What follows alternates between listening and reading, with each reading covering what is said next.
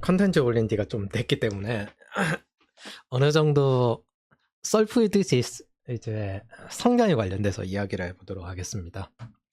우리가 기본적으로 회사든 아니면 국가든 개인이든 환경에 의해서 크게 생존 요구를 받고요. 개인은 퍼포먼스를 추구합니다. 그리고 과업으로는 이제 이 퍼포먼스를 추구한다고 해서 그게 좋은 결과를 이기는 게 아니에요. 개인의 성과가 굉장히 높다 한들 이 승리를 보장할 수는 없는 부분입니다. 그래서 요것들에 대해서 순서대로 이야기를 해보도록 할게요. 우리가 첫 번째로 가장 이야기되는 것들은 이 환경, 이것들이 생존을 장담할 수 없으면 절대 할 수 없습니다. 예를 들어 어떤 경기를 한다고 쳐보죠. 경기를 하는데 여기서 체력 자체가 딸리는 사람들은 기본적으로 자격 미달이에요. 그래서 이 생존에 대한 에너지 효율이 굉장히 중요합니다. 즉 에너지 효율입니다. 그리고 그것들이 어느 정도 해결되면 그 다음 단계로 퍼포먼스, 개인의 성장, 여러 가지 기술이라든지 아니면은 뭐 힘이라든지 스피드라든지 뭐 야구로 치면 제구력이라든지 그런 것들이 가능해질 수 있습니다. 그 퍼포먼스가 높다고 해서 항상 승리를 보장되는 건 아니죠. 여기까지는 기본적으로 프로페셔널의 자격이라며 여기서부터는 도전에 의해서 결과 나온 형식입니다. 승리를 찾는 걸까요? 승리를 만드는 걸까요? 승리는 만드는 겁니다. 그 만들기 위해선 수많은 도전과 실패 과정을 무조건 쌓아 나가야 돼요. 하지만 승리는 프로 선수가 되는 수준 같은 경우에는 만드는 게 아니라 기본적인 자격을 갖추는 겁니다. 기본적인 에너지 효율이 가능한 상태에서 개인의 역량을 가지고 거기서 자기 포지션이 어느 정도 있는 곳을 들어와서 팀으로서 혹은 사실 개인 경기를 하더라도 여러 코치가 붙고 그렇기 때문에 실제로는 팀플레이예요. 승리를 만드는 것도 있지만은 그거 외에 또 다른 좋은 결과들도 있습니다. 어떻게 해야 되냐면은 잘 팔리는 경기를 만들어야 돼요. 잘 팔리는 경기를 만들어야 합니다. 그렇기 때문에 미국 프로 선수 같은 경우에는 기본적으로 쇼맨십을 다 갖추고 있고 뭐 타이슨 같은 경우에도 새로운 복싱의 붐을 일으키기 위해서 제이크 폴과 경기도 하면서 그렇게 티켓 값을 계속 높여나가고 잘 팔리는 경기를 만들어야 됩니다. 팔리지 않는 경기는 그때부터 시장이 계속 줄어들어요. 이런 것들을 알고 있기 때문에 미국 이제 스포츠 선수들 같은 경우는 아시아의 무도 같은 개념처럼 엄숙하고 이런 것보다는 최대한 이 경기에 대해서 잘 팔리는 경기를 만드는 게 오히려 프로페셔널로 인정을 받게 됩니다. 그런 차이가 좀 있습니다. 자, 그러면은 이거 크게 못 지우나? 한 번에?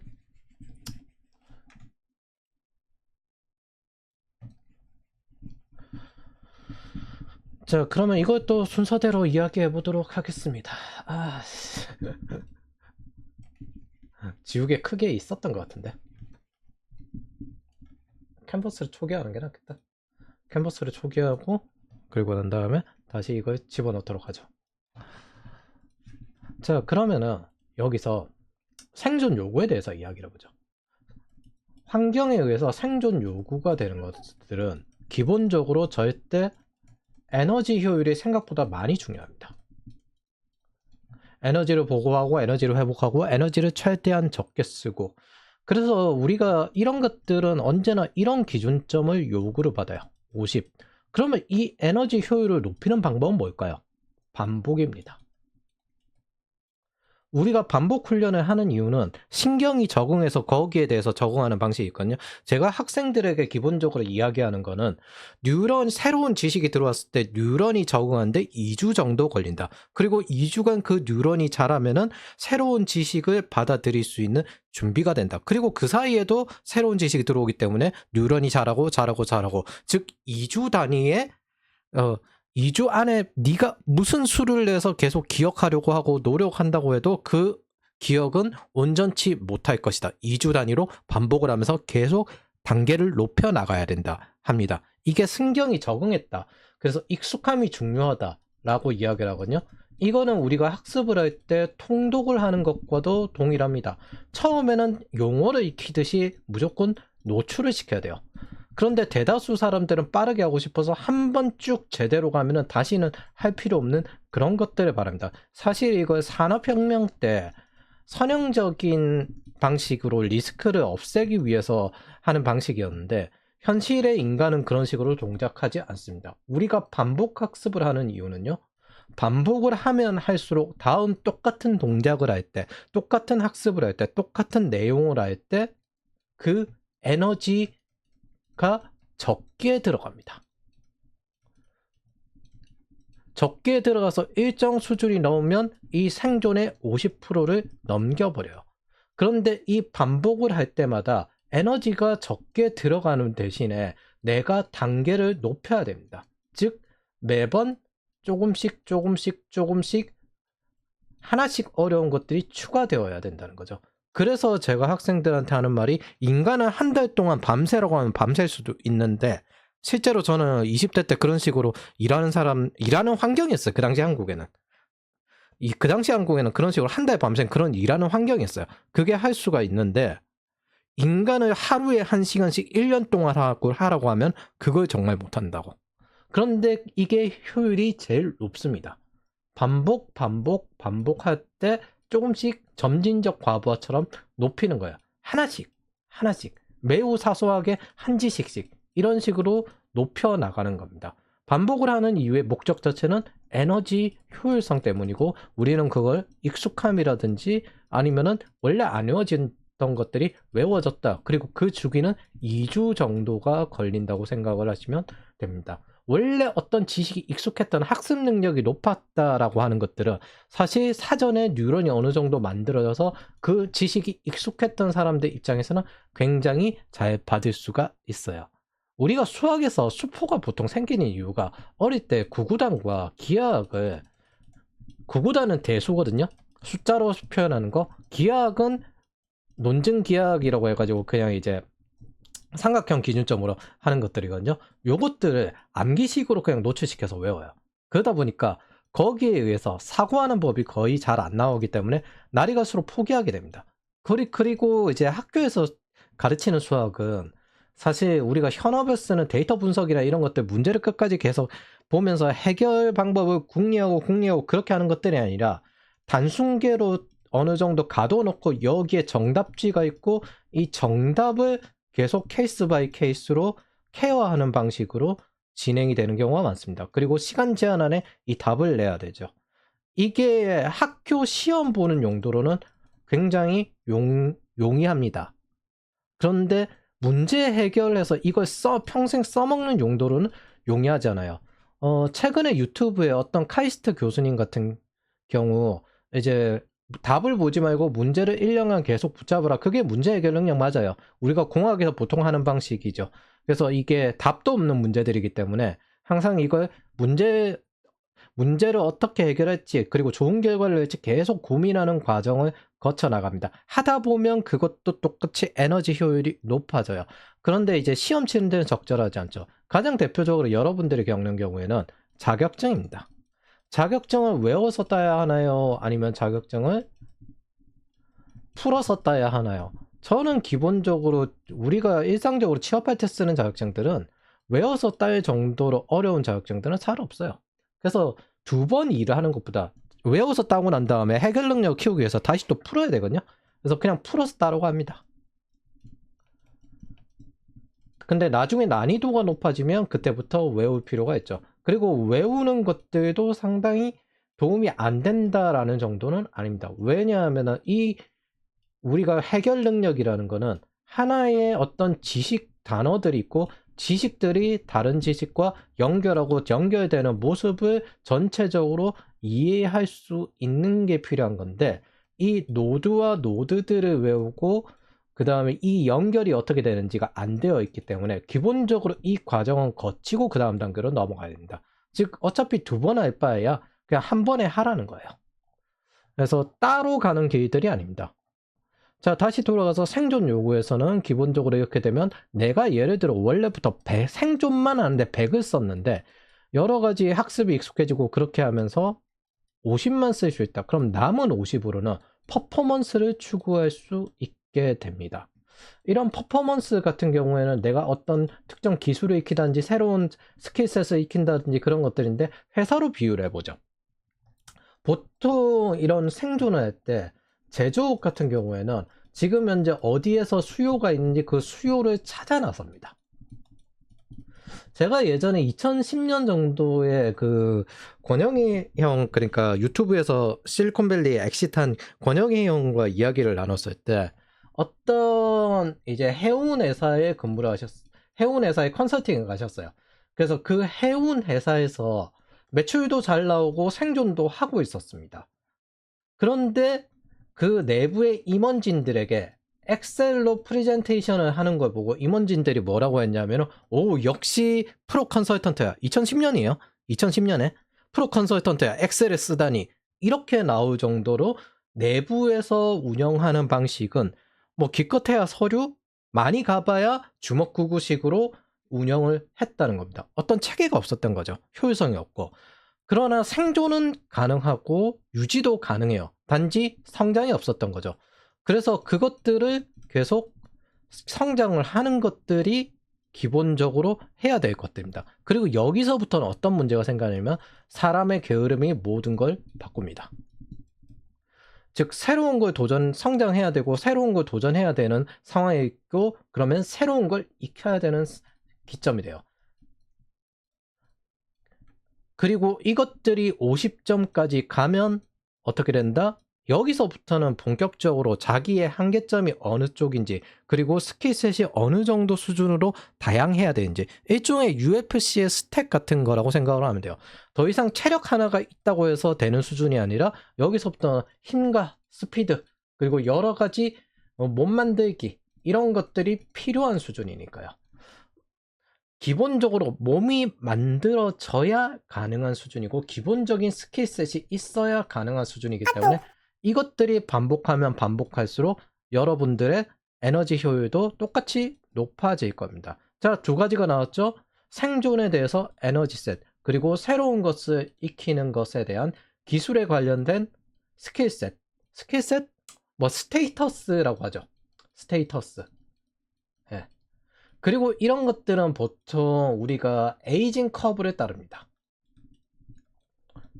싫든 좋든 간에 해커들의 취약점 찾는 능력조차도 에이징 커브가 있고, 나이가 들수록 자신들도 취약점 찾는 속도가 느려진다는 걸 두려워합니다. 그래서 그때쯤 느껴질 때쯤에 솔루션이 필요하구나 하면서 장기적으로 수익이 나오는 만한 그런 솔루션을 뒤늦게 만들기 시작하는 해킹 회사들 꽤 많아요.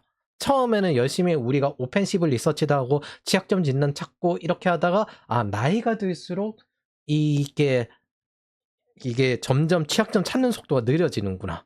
그러면 우리가 솔루션을 만들어 가지고 이 솔루션에서 지속적인 수익이 나오도록 하자. 그런 것들이 기본적인 영역들입니다. 그 솔루션을 만들었다 하더라도 지금은 이제 새로운 시제, 플랫폼을 만들고 그 다음에 클라우드에서 계속 제공하고 이런 것들이죠. 자, 우리가 데브세옵스를 이야기를 하는데, 클라우드도 처음에는 개념만 있지 실제 뭐가 된 게 없었어요. 단지 만들다 보니까 계속 나오는 겁니다. 뭐 그 사이에 실패를 겪고, 그때부터 좋은 결과를 만드는 건 메타입니다. 여기까지는 있잖아요. 찾는 거예요. 자신의 포지션을 찾고 자신의 환경에서 생존할 수 있는 장소를 찾는 것들입니다. 시장에 의해서 결정이 나는 건데, 좋은 결과에서부터는 수요를 창출해야 돼요. 수요를 찾는 거는 거기서부터 생존입니다. 그리고 그 수요에 대해서 좀 더 디테일하게 퀄리티를 높이는 거는 개인 퍼포먼스입니다. 그런데 고객을 창조하고 수요를 만드는 거는 퍼포먼스가 아니라 무한히 실행을 하면서 나오는 것들입니다. 즉 수요 창출을 해야 되는 게 여기서부터 멀티예요. 여기 위에 개인 퍼포먼스와 환경에서 생존 요구하는 거는 멀티적 사고법, 즉 경쟁이라든지 어떤 시장에 찾는 것들의 개념인데, 여기서부터는 메타적 사고법이고, 여기 정도가 되어야 리더가 되고요, 대표가 되고 기본적인 개인 사업이라도 할 수 있고 지금은 모두 이걸 요구하고 있습니다. 더 이상 개인에게 개인 단위로 혼자서 포지션을 주고 거기에 구조적으로 딱 박아놓고 평생 가는 그런 구조는 없습니다. 계속 새로운 시장의 흐름에 따라서 찾아야 돼요.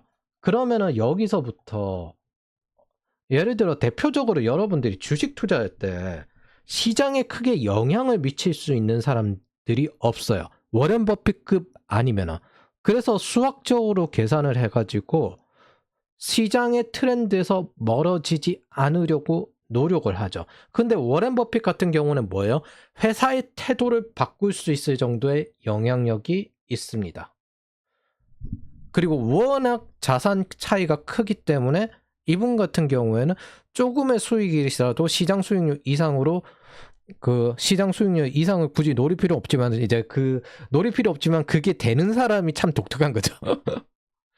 그래서 각각의 상황에 따라서 좋은 결과가 다릅니다. 이거는 개인이 할 수 있는 캐릭터라고 보죠. 여기까지는 캐릭터 선택이에요. 근데 여기서부터는 어떤 전장을 택하느냐, 그리고 어떤 상황을 만들려고 노력하느냐, 즉 상황을 만드는 게 메타적 능력이고 이게 안 되면요, 여기서부터는 전략이에요. 이게 안 되면 기본적으로 타인이 만들어 놓은 전략 안에서 구조로 움직여야 합니다. 그리고 지금 시대의 가장 어려운 점은 이것들을 모든 개인에게 다 요구하고 있다는 거예요. 그게 애자일이고 MSA입니다. 이 메타적 방식이라는 것들은 기본적으로 실패를 기반으로 합니다. 계속 실패에 도전하면서 새로운 역량들이 쌓여가는데 그 중에서 그것들이 종합적으로 올라와가지고 하나의 운에 의한 대박이 나는 거예요. 자, 가장 대표적인 사례가 여러분들이 보는 건설 현장에 있는 안전 매뉴얼입니다. 우리가 63빌딩을 처음 만들 때와 지금 현재 건설사에서 건설을 할 때와는 안전도가 다를 거예요. 이 안전 매뉴얼에는 뭐라고 하냐면요, 선조들의 피로 쓰여진 매뉴얼이라고 합니다. 이것들이 하나의 실패죠. 이 실패들이 쌓이다 보니까 안전한 장비라든지 안전한 공법이라든지 그리고 새로운 공사 현장의 완전 지질이 다를 때 그것들이 새롭게 나오는 것, 방법론이라든지 그런 것들이 데이터와 그 다음에 인재와 여러 가지 것들로 쌓여가지고 하나씩 쌓이게 되는 겁니다. 뛰어난 엘리트를 남기는 방식과 리더를 키우는 환경과 그 다음에 이제 권한 위임을 할 수 있는 것과 그 회사에 있는 꾸준한 육성 시스템 그리고 여러 가지 복지 자산이라든지 그 다음에 브랜드라든지 이런 것들 다 계속 시장에서 새로운 수요를 창출하는가 무한히 도전하면서 나온 형태예요. 여기서부터는 무조건 비선형이에요. 비선형. 선형적으로 안 나옵니다.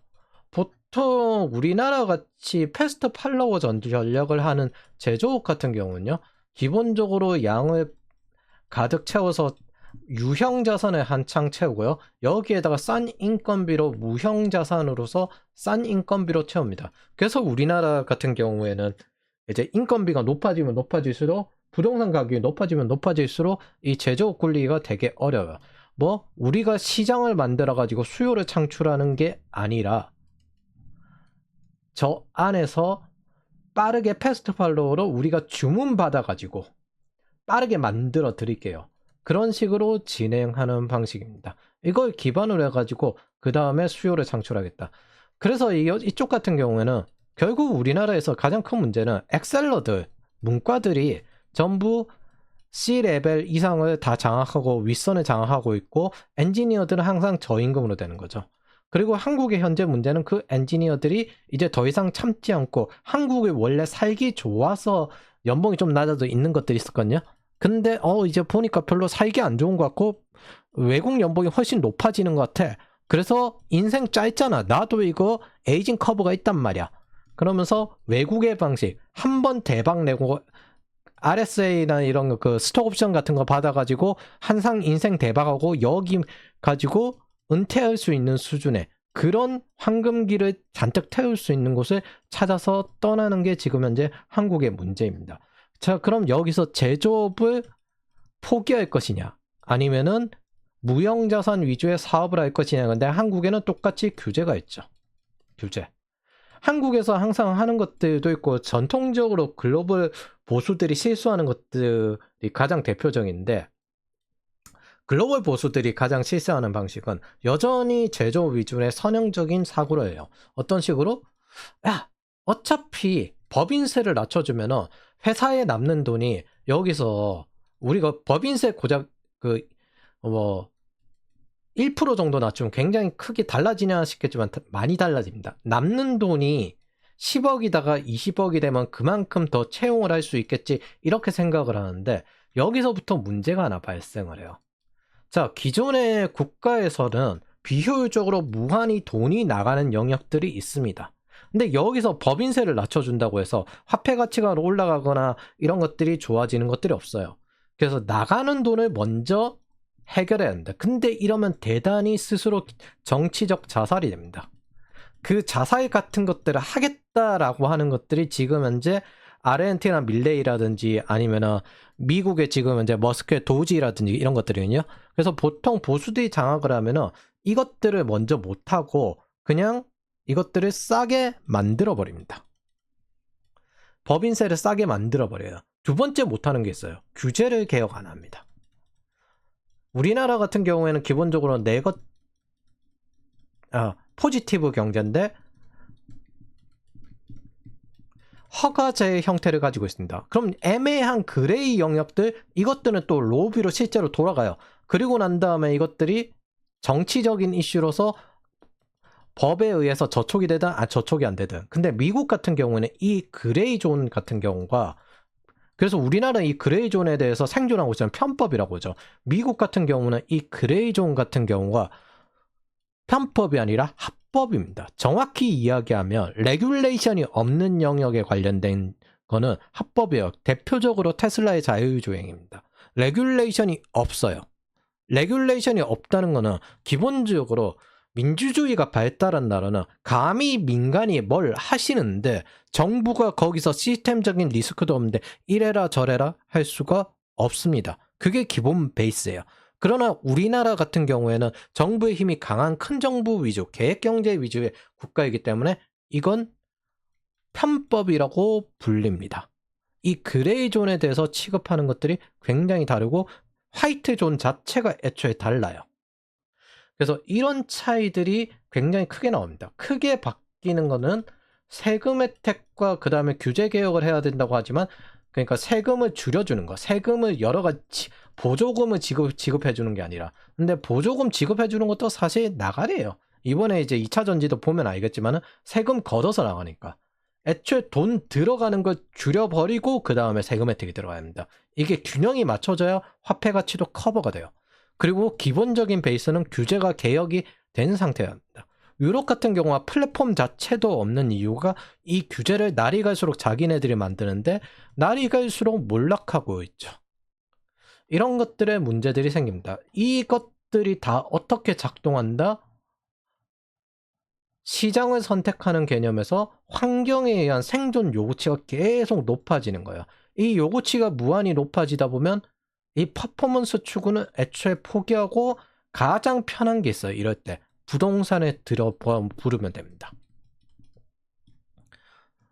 어차피 다른 쪽도 못해요. 그럼 그냥 5% 이자만 낼 정도 되고 5% 수익률만 매년 보장되면 돼요. 이게 계속 반복되고 있는 게 사실 유럽도 그렇고 한국도 그렇고 미국도 그렇고 캐나다도 그렇고 호주도 그렇습니다. 미국은 거기서 이제 규제를 넣었는데 크게 국가가 성장하는 방식은 세 가지예요. 이번에 나왔는데 세 가지. 인구발로 성장하는 노동, 그리고 투자발로 성장하는 자본, 그리고 혁신과 생산성으로 성장하는 총요소. 보통 이제 이제 어느 정도 규모가 커진 선진국급 경제는 전부 여기에 의존하죠. 우리는 이게 날이 갈수록 떨어지고 엔지니어들이 계속 외국으로 탈출하는 게 훨씬 낫다라고 나오죠. 그럼 이 엔지니어를 보유하려면 어떻게 하는데, 일단 40, 50대는 대다수 문과거든요. 이 문과들과 해고 자율화를 전부 만들어 버리고요. 그리고 난 다음에 이제 규제를 없애버려야 합니다. 규제를 없이고 그 다음에 C레벨 문과들 장악하고 있는 것들을 다 잘라버려야 돼요. 이거 될 것 같습니까? 한국에서 안 됩니다. 여러분들의 황금기는 이 생존에서부터 시작을 계산을 때려야 돼요.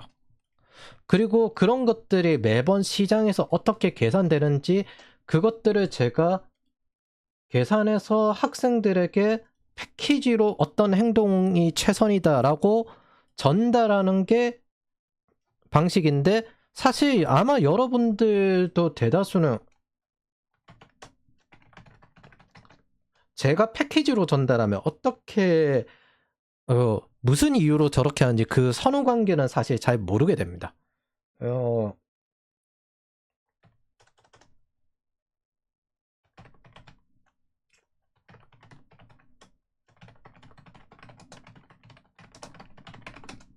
실질 임금 성장률이란 게 있거든요. 이게 보면은 사실 우리가 2020년부터 그 플랫폼 국감을 시작을 해가지고 3년 연속으로 했었는데 그때 이후부터 사실 대다수 신입 채용이라는 건 확 줄었어요. 근데 사실 문재인 당선 때부터 제조업이나 전산업이나, 사실 제조업 대부분 이제 경남권에 있으니까 제조업이나 전산업이나 전부 다 어떻게 되었다? 임금 증가율, 실질 임금 증가율, 그러니까 인플레이션 이상 증가율이 계속 하락세에 있습니다. 실제로 경제 성장률도 급감하죠. 경제에서 가장 고용을 많이 만드는 게 건설입니다. 그래서 보수들은 맨날 건설을 하는 거예요. 그래서 SOC 투자는 적폐다하고 안 하다가 너무 경제가 날아가고 총요소 생산성이 2020년 기준점으로 팍 떨어져 버리니까 그때부터 갑자기 전남의 그 해상풍력이라고 SOC를 2년 했습니다. 부채를 엄청나게 뿌려가지고. 그리고 요때부터 플랫폼 국감을 했는데, 뭐 제조업도 그렇지만 전산업 연봉 성장률을 보시면은 인플레이션보다 2% 살짝 올라가다가 2022년에는 마이너스 0.2%, 마이너스 2024년 마이너스 1.1%입니다. 예, 제가 2021년 말쯤부터 이제부터는 뭐 기점이 바뀌었다라고 하면서 해외로 떠라, 한국 탈출해라 라고 하는 개념도 이것 때문들입니다. 플랫폼 국감이라는 게 기본적으로 생존의 메시지를 되게 세게 주죠. 그리고 이런 것들이 무슨 뜻이냐면 지금 현재 취업만 하는 것만으로 상대적인 우위를 가진다는 것. 첫 번째. 두 번째, 연봉이 만약 성장했다면 그건 대단한 우위를 가진다는 것들입니다. 2024년에 연봉 11%로 이직해서 전직한 친구들도 있어요. 대법수로 전직할 때. 보안관제 하다가 대법수로 전직하고. 그리고 지금 외국계들도 대부분 다 파이어 해고 많이 하고 있거든요. 네, 한국에 있는 외국계들도. 날이 갈수록 한국 시장이 점점 안 좋아질 겁니다. 애초에 2022년에 글로벌 VC 자본 투자가 많이 빠져나갔어요. 빠져나갔고 아마 다시 되돌아오기에는 거의 가능성이 없을 거고 저성장이고, 여러분들은 이 인플레이션, 경제 성장률은 인플레이션인데 1.1%대 들어갔기 때문에 아마 연봉 성장률을 크게 노리기엔 되게 어렵고, 만약 그게 가능하다면 대단한 혁신이 있는 소수의 몇몇이거나 아니면은 다른 경제 쪽을 잡아먹는 쪽이거나 그렇게 될 겁니다. 보통 그런 쪽 경우에는 사모펀드가 다 먹게 되죠. 그럼 그 사모펀드가 여러 가지를 다 먹게 되면 여러분들은 필연적으로 이제 여러 가지 물가가 증가하는 걸 겪게 될 건데, 일단 탈원전과 신재생에너지 과잉 투자가 송전선 막은 걸로 결국에는 전기세는 올라갈 거고요. 지금 이제 글로벌 사모펀드 자금이라든지 이런 것들이 블랙락도 이미 들었고 한국의 월세 시장을 전부 공략하기 때문에 여기서 바라는 것들은 딱 5% 투자한 거에 대해서 매년 5%씩 나오는 걸 바라거든요. 그렇기 때문에 월세가 상당수 올라갈 겁니다. 그리고 자산 축적이 굉장히 어려워질 거예요. 그런 것들은 애초에 봐왔기 때문에 다른 나라, 그래서 제가 부동산 같은 경우도 외국 거 전부 다 분석하고 하는 것들이에요. 그걸 장기간 해오면서 이제 청년들은 자산을 모으기 되게 힘들다. 단순히 취업만 잘 시킨다고 되는 문제가 아니다. 지금의 시대는 창업을 요구하기도 하지만 그런 것들 대비합니다. 제가 장담하건대 2024년은 이것보다 더 내려갔을 겁니다. 인플레이션 못 쫓아갔을 거예요. 그래서 지금 시기에는 그냥 취업한 것만으로도 우위를 따지게 됩니다. 이건 그냥 생존 메시지예요. 생존 메시지가 굉장히 환경에서 높은 상태이기 때문에 직업을 가리지 않고 일단 일을 시작하고 거기서부터 올라나간다. 그 올려나갔을 때 연봉이 올라간다라는 것 자체만으로 대단히 도움이 될 겁니다. 그리고 그 인플레이션을 능가할 수 있는 도약계좌 같은 것들이 여러분들에게 도움이 될 거예요. 이런 것들을 사전에 분석을 하고 환경에서 이런 메시지가 주네? 그럼 거기에 대해서 생존 에너지를 최대한 낮추는 방식으로 패키지로 전달을 해주는 겁니다. 개인 퍼포먼스는 거기서 이제 좀 더 경쟁이 적은 시장에서 이야기해 줄 수 있는 것들이에요. 여기까지는 멀티니까. 하지만 메타부터는 완전히 달라요. 자기가 실패를 각오하고 피로 쓰여진, 피와 땀으로 쓰여진 매뉴얼을 하나하나 축적하면서 가야 되는 겁니다. 요즘 그런 것도 있죠. 육각형 남자, 그리고 요즘 찾기 힘든 여자. 하나씩 하면 별거 아닌데 기본적으로 못생기지 않음. 그리고 기본적으로 완전 몸매가 없지 않음. 그리고 기본적으로 어느 정도 그 전세 자금 대출 아니면 그 외 대출 없음. 그리고 기본적으로 어느 정도 연봉 어느 정도 됨. 기본적으로 됨. 근데 그것들이 하나하나 조합을 해서 하위 구조라는 것들이 사실은 여러 가지 퍼포먼스로 이루어지는 게 아니라 이래저래 조금씩 리스크를 줄여가면서 도전하면서 만들어지는 것들이기 때문에 종합적으로 대단히 어려운 것들입니다. 그래서 항상 시작은 생존 에너지를 줄이는 것들, 생존 메시지에 대해서 시장이 돌아가는데 파악하는 것들. 저 같은 경우는 이걸 꽤 어릴 때부터 자주 겪어왔기 때문에 IMF도 겪어왔고 서프라임도 겪어왔고 2010년대 IT가 거의 4D 직종일 때부터 여기 들어왔었고 그전에는 마케팅 했었고 그러다 보니까 생존 에너지가 상대적으로 적게 느껴지는데 이제 보통 이걸 처음 겪는 사람들이 되게 힘들죠. 그래서 학생들이 여기에 대해서 인생에서 가장 첫 경험에서 리스크가 큰 상황에서 겪는다는 걸 이해하고 있기 때문에 그래서 이런 것들을 패키지로 전달해 주지만 결국에는 자기가 계속 하나씩 확장시켜 나가면 지식을 확장시켜 나가면 스스로 대응해야 됩니다. 지식의 목적 자체가 생존 에너지나 아니면 생존 가능성을 굉장히 높여주기 때문에 접근을 하는 것들이에요. 그리고 난 다음에 개인의 퍼포먼스는 자기가 숙련되는 것들, 단련되는 것들, 계속 공부하는 것들, 성장하는 의지나 지속적인 것들, 거기서 결론이 나오고 메타적인 좋은 결과는 도전하는 것들, 그것도 리스크를 줄이면서 도전하는 것들. 왜? 나는 생존 에너지를 줄였고 이미 어느 정도 프로페셔널 수준까지 도달했는데 에너지가 남아. 이 남는 것들은 좋은 퍼포먼스를 나오도록 계속 도전하면서도 그것들이 다시 내 개인의 퍼포먼스를 증대시키는데 도움이 돼. 이건 도전에 의한 실패 경험으로 나오는 것들입니다. 그리고 이건 수요를 창출하는 개념이지 수요를 찾는 개념이 아니에요. 그래서 선형적인 게 동작을 하지 않는 것들입니다. 요 정도만 아셔도 대부분 아시는 분들에게는 도움이 많이 될 거예요. 아, 내가 왜 반복을 하는구나. 내가 왜 새로운 것들을 익혀서 그 하나하나는 별거 아닌데 하위 구조들을 꾸준히 공부를 하는 거구나. 그리고 내가 왜 실패하는데 도전을 해야 되겠구나. 이게 단계별로 들어가야 하는 겁니다. 대부분의 착각을 하는 건 있잖아요. 이 비선형적인 영역에서 내가 어떻게 되겠지. 마치 어릴 때 서울대 지원하겠다. 이런 것처럼 목표를 삼는 것처럼 잘못된 비전을 세웁니다. 비전이라는 건요. 내가 어떤 식으로 존재하겠다. 미션과 비전이란 건 그것들에 대해서 세우는 거예요. 내가 어떻게 되겠다. 나는 어떤 하위 구조를 쭉 하고 여기에 무한히 도전하는 사람이 되겠다. 이런 식으로 세우는 것들입니다. 그런데 대다수 사람들은 마치 공사 납기일 끝을 만드는 것처럼 이 비전을 마치 외부 큐에 의한 것들로 세워요.